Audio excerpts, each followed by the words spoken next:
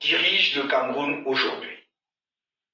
Où se cache M. Paul Biya, qui s'est pourtant octroyé la fonction de président de la République au mépris des urnes à l'issue de l'élection présidentielle du 7 octobre 2018?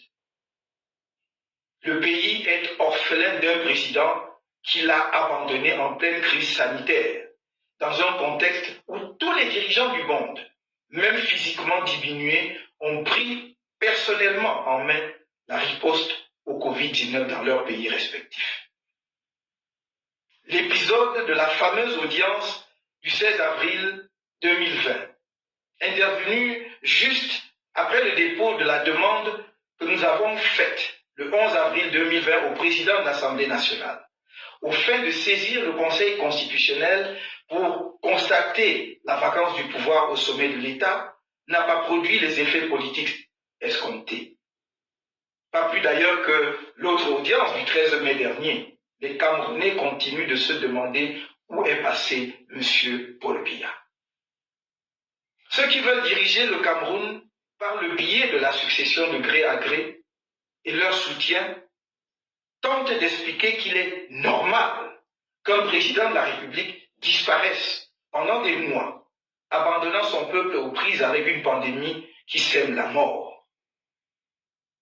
Et pour ces défenseurs de l'absurde, interrompre cette désertion pendant quelques minutes pour recevoir des personnalités étrangères, à supposer cela avéré, n'est pas un signe de mépris vis-à-vis du peuple camerounais, alors même que le Premier ministre chef du gouvernement n'a pas accès à lui. Mes chers compatriotes, vous conviendrez avec moi que l'unité de notre peuple et de notre nation est en péril dans ce contexte d'incertitude et de turbulence. Même le gouvernement ne donne pas à voir une cohésion, ne serait-ce que de façade, tellement il est traversé de part en part de clivages que crée entre ses membres la guerre de succession à la tête de l'État. La guerre contre Boko Haram figure au rang de nos préoccupations majeures, avec la recrudescence des attaques sur notre sol après la période d'accalmie observée, notamment grâce à l'appui de la communauté internationale que je tiens à remercier une fois de plus. Je renouvelle l'expression de ma sympathie émue aux familles des victimes de cette autre guerre et mes vœux prompts de rétablissement aux blessés ainsi qu'un retour à une vie normale des populations des zones concernées. La guerre civile dans le Nozo et la crise post-électorale persistent alors que des solutions pérennes existent. Le MRC n'a cessé de faire des propositions constructives. Malgré les différences du gouvernement, notre parti persiste dans cette voie. Dans cet esprit, je propose un cadre de résolution de la crise dans le Nozo et de la crise post-électorale comprenant un comité de haut niveau appuyé par un sous-comité. Le comité de haut niveau est un comité politique chargé de la médiation et dirigé par un président ou un ancien président africain assisté par le groupe des sages de l'Union africaine. Le comité devrait, après consultation du gouvernement camerounais et tous les principaux protagonistes, y compris ceux en détention, œuvrer pour la mise en place de mécanismes visant à arrêter immédiatement la violence et sa résurgence. Ces mécanismes devraient bénéficier du soutien de la communauté internationale tant au plan politique qu'au plan technique et financier. D'ores et déjà, je lance un appel pour un cessez-le-feu, même provisoire, à convenir sans délai entre les protagonistes du conflit armé avec l'assistance de l'ONU et de l'Union africaine. Il s'agit d'un acte qui grandira toutes les parties belligérantes, d'un acte vital, car il permettra d'alléger les souffrances de nos pauvres populations, de créer les conditions de la mise en place du cadre des discussions et, dans le contexte actuel de Covid-19, de porter une assistance adéquate aux populations des deux régions où la pandémie est désormais en recrudescence. En même temps que le cessez-le-feu s'impose, la libération de tous les prisonniers incarcérés dans le cadre de la crise anglophone dont M. Sisikou Ayou Tabé et ses partisans. Et dans le cadre de la crise post-électorale, les 15 prisonniers d'opinion militants du MRC, dont le premier vice-président de notre parti, M. Mamadou Yakouba Mota. Je saisis cette occasion pour réitérer à ses camarades du MRC encore incarcérés mon salut fraternel et patriotique et tous mes encouragements pour la bravoure et la dignité dont ils ont fait preuve. Nous continuons de mettre en œuvre tous les moyens possibles pour leur libération. Là, chers frères et sœurs, vous venez d'écouter le professeur Maurice Kamto. Ça, c'était en 2019, au milieu du Covid. Notre président, si on veut dire ainsi, ne s'était pas manifesté.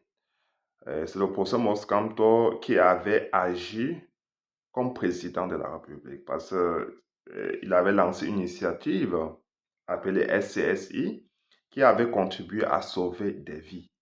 Parce que les Camerounais avaient exprimé leur générosité à travers une personnalité de cette envergure, une personnalité qui inspire confiance. Chers frères et sœurs, ce n'est pas tout. Rappelez-vous encore que immédiatement après son entrée dans l'arène politique, le professeur Maurice Kamto avait lancé une autre initiative de don de sang à notre armée qui se battait alors dans la partie septentrionale de notre pays. Donc, il a toujours agi en homme d'État.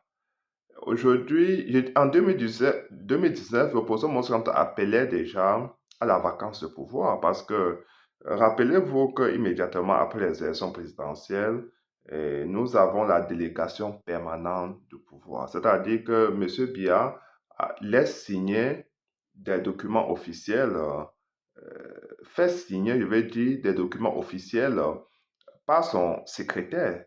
Et c'est son secrétaire qui doit juger de la pertinence des dossiers. C'est lui qui doit juger s'il veut porter ça au président de signer ou il doit le faire lui-même. Donc vous comprenez qu'on a inversé des rôles. C'est le président qui devrait normalement demander au secrétaire de signer des documents, mais dans le cas d'espèce, c'est plutôt le contraire. Vous comprenez que là, nous marchons pas la tête. Le pays n'est plus gouverné. Ça, c'était en 2019. Quand le professeur Maurice Kamto a annoncé la vacance de pouvoir, beaucoup de gens se moquaient de lui allègrement, de lui. On disait, il est fou. Aujourd'hui, nous sommes devant les faits accomplis. Aujourd'hui, tout le monde se pose la question de savoir. Aujourd'hui, on peut trouver des circonstances atténuantes. Parce qu'à un certain âge, on peut tomber malade, ça peut arriver.